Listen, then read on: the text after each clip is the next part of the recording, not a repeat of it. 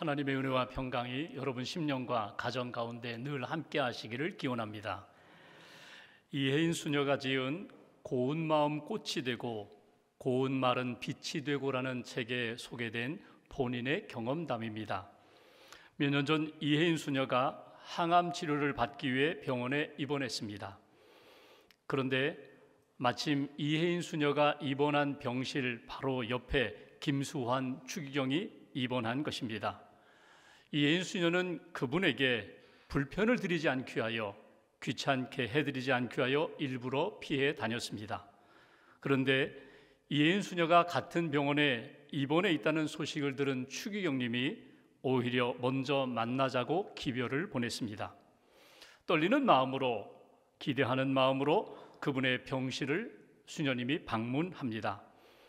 수녀를 보자 추기경님이 이렇게 물으셨다고 합니다. 수녀도 그럼 항암이라는 걸 하나? 그러자 수녀가 대답합니다. 항암만 합니까? 방사선도 합니다. 추기경님이 아무 말씀하지 않으시고 잠깐 생각에 빠지셨습니다. 이제 주님을 위해서 고통을 잘 견디라고, 인내하라고, 더 기도하라고 이렇게 말씀하실 줄 알았는데 전혀 뜻밖의 말씀을 한마디 하셨습니다. 그래, 대단하다 수녀, 대단하다. 그 한마디가 이혜인 수녀에게는 큰 감동과 마음의 울림이 있었다는 것입니다. 나도 시간이 지나면서 저런 만남, 저런 말을 하고 싶다. 한마디를 하더라도 울림이 되는 말을 하고 싶다. 감동이 되는 그런 말을 하고 싶다. 그런 소망을 갖게 되었다는 것입니다. 우리는 살면서 참 많은 사람들을 만나고 만남 속에서 이런저런 대화를 나누며 살아갑니다. 내가 만난 사람, 그 사람의 말 한마디가 평생 내 가슴 속에 위로와 힘이 되는 그런 말 한마디가 있는가 하면 반대로 그 사람의 그 말 한마디가 평생 지울 수 없는 상처와 아픔으로 자리 잡는 경우도 있습니다. 여러분 어떻습니까? 여러분이 사람들에게 받은 위로의 말은 무엇입니까? 용기와 소망의 말은 무엇입니까? 여러분이 하나님께 받은 위로의 말씀, 소망의 말씀, 생명의 능력의 말씀은 무엇입니까?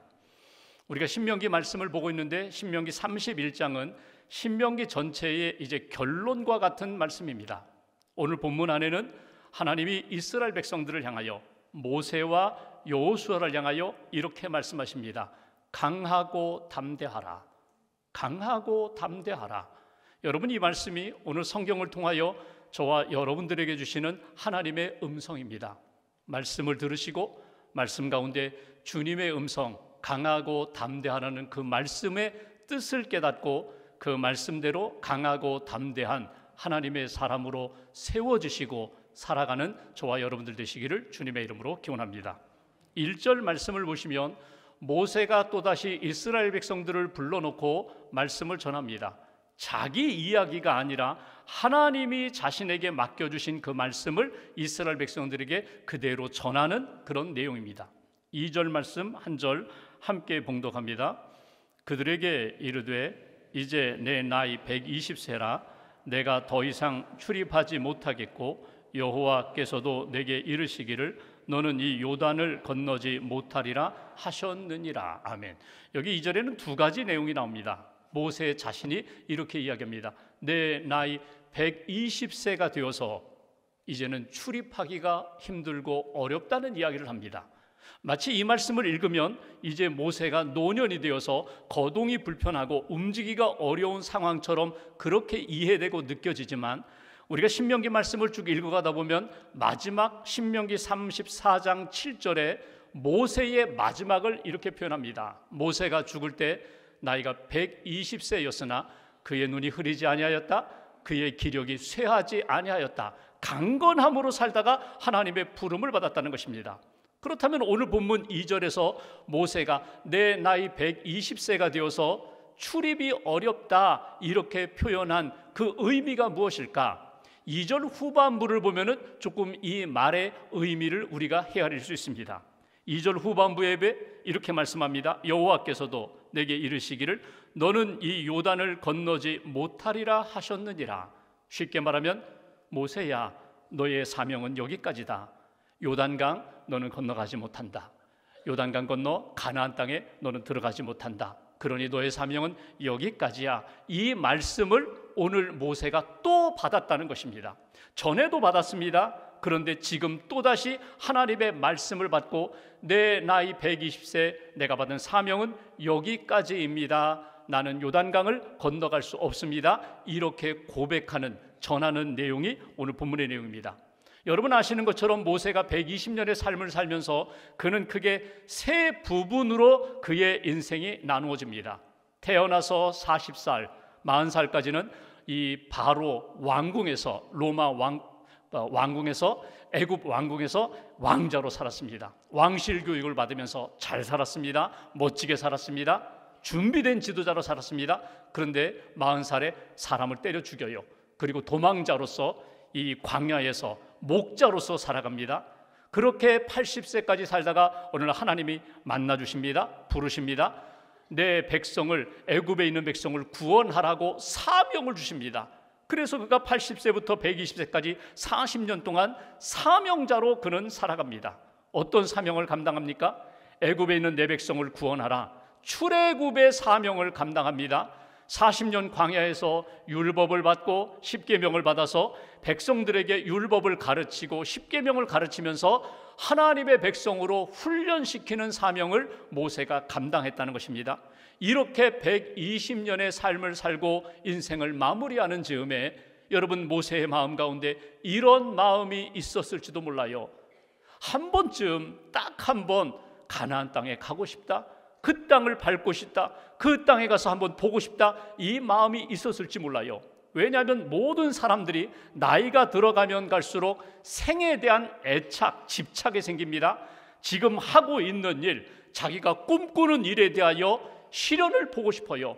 실제로 그 일이 이루어지는 것을 경험하고 싶어요. 모세도 다르지 않다는 것입니다. 그런데 하나님이 또 막으세요. 아니야, 내가 전에도 이야기한 것처럼 너는 여기까지야. 너의 사명은 출애굽과 광야에서 이스라엘 백성들을 훈련시키는 여기까지가 너의 사명이야. 여러분, 왜 모세는 가나안 땅에 들어가지 못했을까요?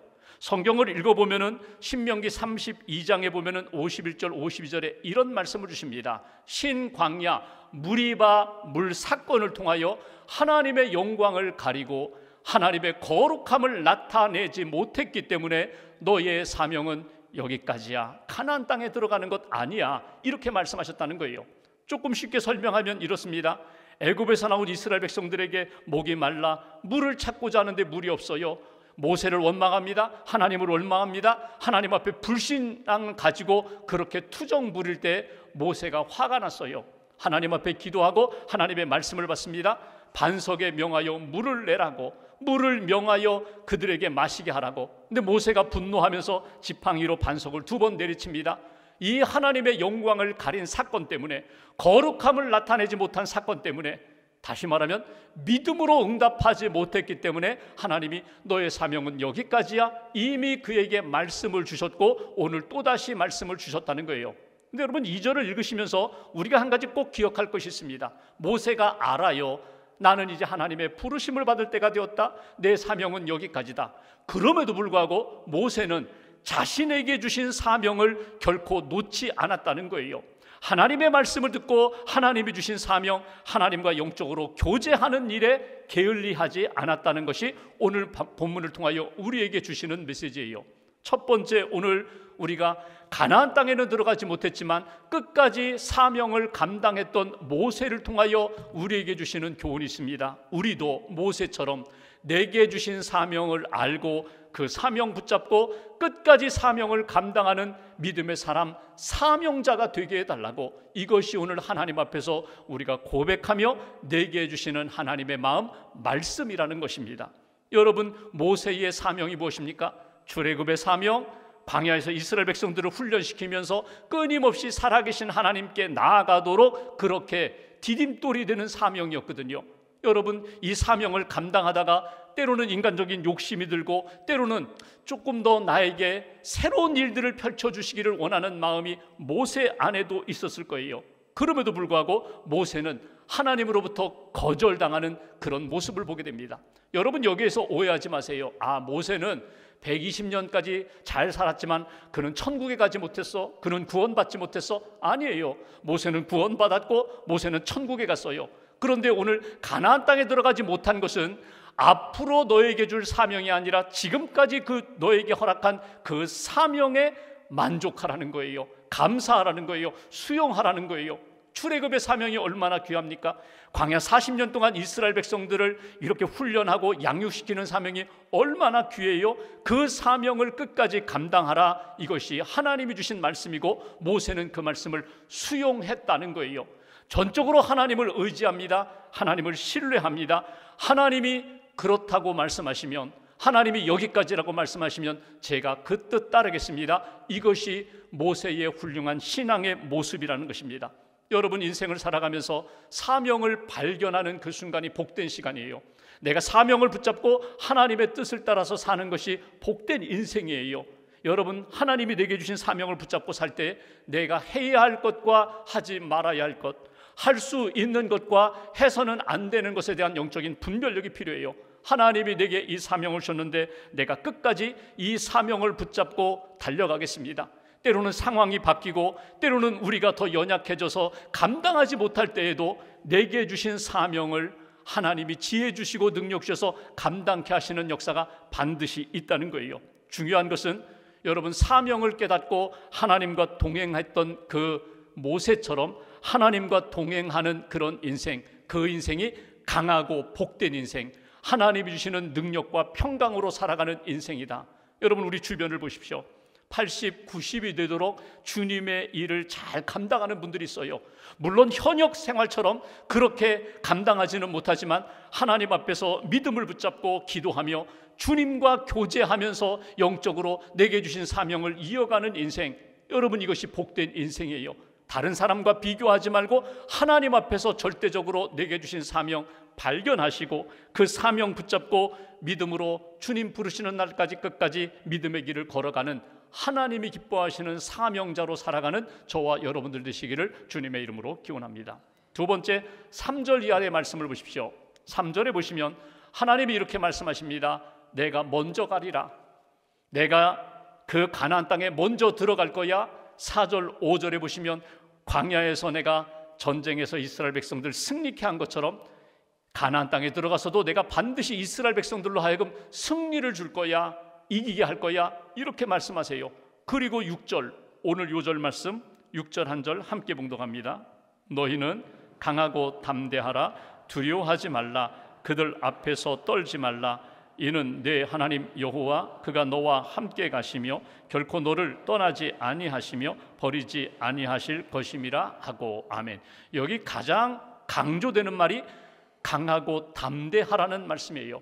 여러분, 이 말씀은 지금 모세에게도 주시고 여호수아에게도 주시고 이스라엘 백성들에게도 주시는 말씀이에요. 여러분, 강하다라는 이 표현이 무엇입니까? 히브리어로 하자크라는 말을 써요. 하자크라는 말이 그냥 너 마음, 굳센 마음을 가져, 너 강해져야 돼, 튼튼해야 돼, 건강해야 돼, 힘이 있어야 돼, 이런 의미로 우리에게 와닿지만 여기 하자크라는 강하다라는 이 표현은요, 원문의 의미로 본다면요, 하나님께 딱 붙어 있으라는 거예요.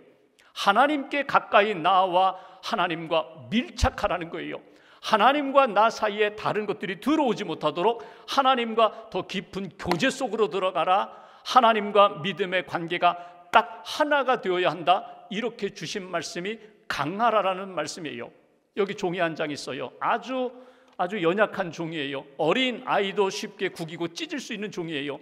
이 종이 한 장이 물과 붙어 있으면, 물 위에 떠 있으면요, 그나마 가지고 있는 형체도 시간이 지나면 다 풀어지게 되어 있어요. 이 종이가 스펀지, 큰 형체를 가진 스펀지에 붙어 있으면요, 스펀지처럼 그냥 물렁물렁해지는 거예요. 이 연약한 종이가 아주 강한 철판에 붙어 있다고 생각해 보세요. 접착제로 철판에 딱 붙어 있으면 종이는 약하지만 그 철판이 강하기 때문에 종이를 철판처럼 지켜준다는 거예요.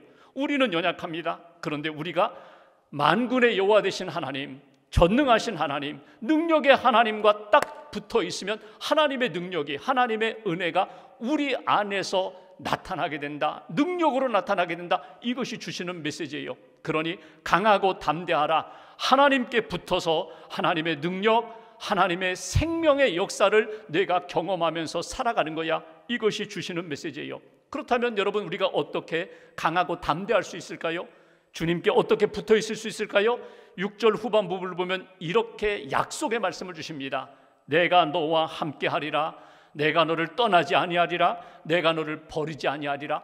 내게 주신 약속의 말씀, 생명의 말씀을 붙잡고 믿음으로 고백하고 그 말씀 안에 머물 때 우리는 강하고 담대한 사람이 될 수 있고 하나님이 내 안에서 역사하시는 능력을 체험하면서 살아갈 수 있다. 그래서 오늘 두 번째 주시는 메시지, 강하고 담대한 믿음의 인생을 살아가려면 구체적으로 우리가 어떻게 해야 되는가? 하나님이 내게 주신 약속의 말씀을 붙잡고 믿고 그 말씀으로 살아가는 인생이 될 때 강하고 담대한 믿음의 사람이 된다. 하나님과 이렇게 연결되어서 딱 붙어 있으려면 말씀을 붙잡고 그 말씀을 의지하며 살아갈 때 내 안에 계시는 성령님이, 내 안에 계시는 하나님이, 나와 함께 하시는 그분의 능력이 나로 하여금 말씀대로 약속대로 하나님의 놀라운 일들을 이루게 하시는 것을 우리가 체험할 수 있다. 여러분, 하나님 앞에서 강하고 담대해진다, 하나님과 하나가 된다. 여러분, 이것이 거룩입니다. 이것이 하나님이 우리에게 주신 생명의 역사예요. 하나님과 함께하면 거룩해질 수 있고, 하나님과 함께하면 능력의 사람이 될 수 있고, 하나님과 함께하면 내가 만들지 못하는 참된 평안도 기쁨도 나와 함께 하시는 그분이 만들어 주신다는 거예요. 포도나무 가지가 원줄기에 붙어 있으면 가지는 연약하지만 때를 따라 꽃 피우고 열매 맺는 것처럼, 생명의 역사를 이어가는 것처럼 주님과 함께 할 때, 주님이 내 안에, 내가 주님과 안에 하나 되어서 그 믿음으로 그 역사로 살아갈 때 하나님이 주시는 은혜의 역사를 우리가 경험하게 된다. 여러분에게 주신 말씀이 무엇입니까? 붙잡고 기도하는 말씀이 뭐예요? 붙잡고 하나님 앞에 담대히 나아가는 말씀이 뭐예요? 그 말씀 찾으시라는 거예요. 그 말씀 붙잡으시라는 거예요. 여러분, 인생을 살다 보면, 특별히 신앙생활하다 보면 더 하나님을 찾을 때가 있어요. 더 하나님께 나아갈 때가 있어요. 더 간절히 부르짖어 기도할 때가 있어요. 더 말씀을 사모할 때가 있어요. 언제예요? 우리가 형통할 때, 건강할 때, 삶이 술술 잘 풀려서 모든 것이 잘 될 때, 그때 하나님을 더 찾으셨나요? 아니에요. 우리가 연약할 때에, 우리가 실패했을 때, 우리가 병들었을 때, 사람들로부터 버림받고 배신받았을 때, 여러분, 우리가 그때 더 하나님을 찾아요. 더 하나님 앞에 찾아 나아가는 때는 우리가 연약할 때, 천부여 의지할 것이 없어서 나는 사람 의지하지 않겠습니다. 세상 의지하지 않겠습니다. 오직 하나님만 붙잡겠습니다. 그때 오히려 하나님과 하나 되고 더 강한 역사를 만나게 된다는 거예요. 바울이 그런 이야기를 하죠. 내가 강할 때는 언젠가? 내가 약한 그때가 곧 강할 때라고 표현합니다. 내가 약할 때 하나님 앞에 더 가까이 나아가고 말씀 붙잡고 하나님 앞에 기도하며 하나님의 능력을 경험하는 것, 이것이 신앙생활이라는 거예요. 여러분, 신앙생활은 믿는 생활이거든요. 무엇을 믿어요? 누구를 믿어요? 하나님을 믿어요. 말씀을 믿어요. 성경 말씀을 믿어요. 성경이 무슨 책입니까? 약속의 책이에요. 하나님이 우리에게 주신 생명의 약속을 우리에게 주셨습니다. 약속만 주셨나요? 아니에요. 약속대로 이루셨음을, 성취하셨음을 우리에게 증거로 보여주신 책이 성경책이에요. 그러니까 성경을 읽으면서 끊임없이 약속을 확인하는 거예요. 하나님이 내게 주시는 약속, 이 세상에 주시는 약속, 죄인들에게 주신 약속, 그 약속을 붙잡고 믿음으로 나아갈 때 하나님은 어떻게 이루시는가, 이루셨는가, 이루실 것인가, 그것을 확인하는 것이 성경책이에요. 그래서 말씀을 읽으면서 우리는 하나님께 가까이 갑니다. 말씀을 붙잡습니다. 말씀이 내 안에서 이루어 가시는 역사에 대하여 체험하고 간증하는 역사, 이것이 신앙생활이에요. 사도행전을 읽어보십시오. 예수님 부활 승천하십니다. 그동안 예수님 십자가 지셨을 때 불안과 두려움에 빠졌던 제자들, 부활하신 예수님 만나고 그나마 조금 평안을 얻었어요. 그나마 조금 주님을 더 믿고 의지하게 되었어요. 근데 그분이 승천하시는 거예요. 그럼 우리는 어떻게 되나? 그나마 부활하신 주님이 함께 있을 때에는 예수님 의지하며 살았는데 승천하시면 우리는 어떻게 됩니까? 그때 예수님이 사도행전 1장 4절 5절에 보면 이런 말씀하십니다. 기다려라, 기도하며 기다려라, 내가 반드시 성령을 보내주리라. 여러분, 이건 약속입니다. 아직 그의 삶에 무엇이 나타날지, 무엇이 임할지 몰라요. 그런데 예수님이 이렇게 말씀하십니다. 성령을 주리라. 하나님의 영을 부어주리니 성령을 기도하며 기다리라고. 그리고 그들이 기도하며 기다립니다. 120명이 마가의 다락방에 모여 기도할 때 성령이 임하니까 완전히 그들이 달라졌어요. 강하고 담대한 믿음의 제자들이 되잖아요. 베드로가 바뀌고 요한이 바뀌고 의심 많았던 도마가 바뀌고. 여러분, 이것이 하나님의 약속의 말씀을 믿고 기다리고 믿고 기도하며 하나님 앞에 나아갈 때 주시는 능력의 역사예요. 오늘 하나님이 모세에게, 여호수아에게, 이스라엘 백성들, 저와 여러분들에게 또다시 말씀하십니다. 강하고 담대하라. 어떻게? 하나님과 밀착해 있으라는 거예요. 하나님을 붙잡으라는 거예요. 말씀을 붙잡으라는 거예요. 약속의 말씀을 붙잡으면 그 말씀이 너를 붙들고 강하고 담대한 믿음의 사람으로 세워줄 거야. 이것이 오늘 우리에게 주시는 말씀입니다. 한 가지만 더 보면 7절과 8절 말씀 보십시오. 7절 한 절 제가 봉독합니다. 모세가 여호수아를 불러 온 이스라엘의 목전에서 그에게 이르되 너는 강하고 담대하라. 너는 이 백성을 거느리고 여호와께서 그들의 조상에게 주리라고 맹세하신 땅에 들어가서 그들에게 그 땅을 차지하게 하라. 8절 같이 봉독합니다. 그리하면 여호와 그가 내 앞에서 가시며 너와 함께 하사 너를 떠나지 아니하시며 버리지 아니하시리니 너는 두려워하지 말라, 놀라지 말라. 아멘. 지금 모세가 말씀을 받아서 딱 한 사람, 믿음의 후계자인 여호수아에게 직접 전하는 말씀이에요.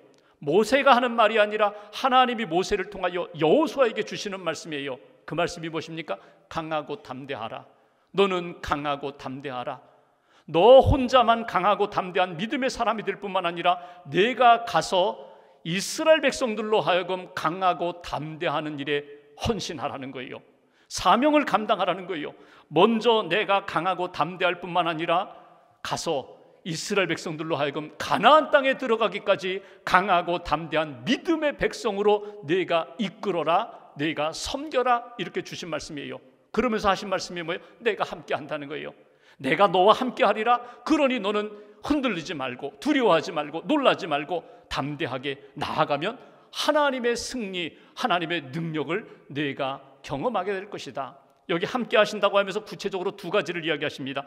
떠나지 않겠다. 떠나지 않겠다는 말이 무엇입니까? 쉽게 말하면요, 너 내 눈에서 사라지지 않겠다. 너를 실패자로 만들지 않겠다는 거예요. 너를 담대한 믿음의 사람, 승리자로 만들어 주겠다. 버리지 않겠다는 것은 무엇입니까? 외면하거나 방치하지 않겠다는 거예요. 개입하시겠다는 거예요. 너의 삶에 어려운 일이 있든지 어려움이 있든지 흔들림이 있든지 내가 내 삶 속에 들어가서 개입하겠다. 너를 붙들어 주겠다. 걸음걸음 동행하겠다.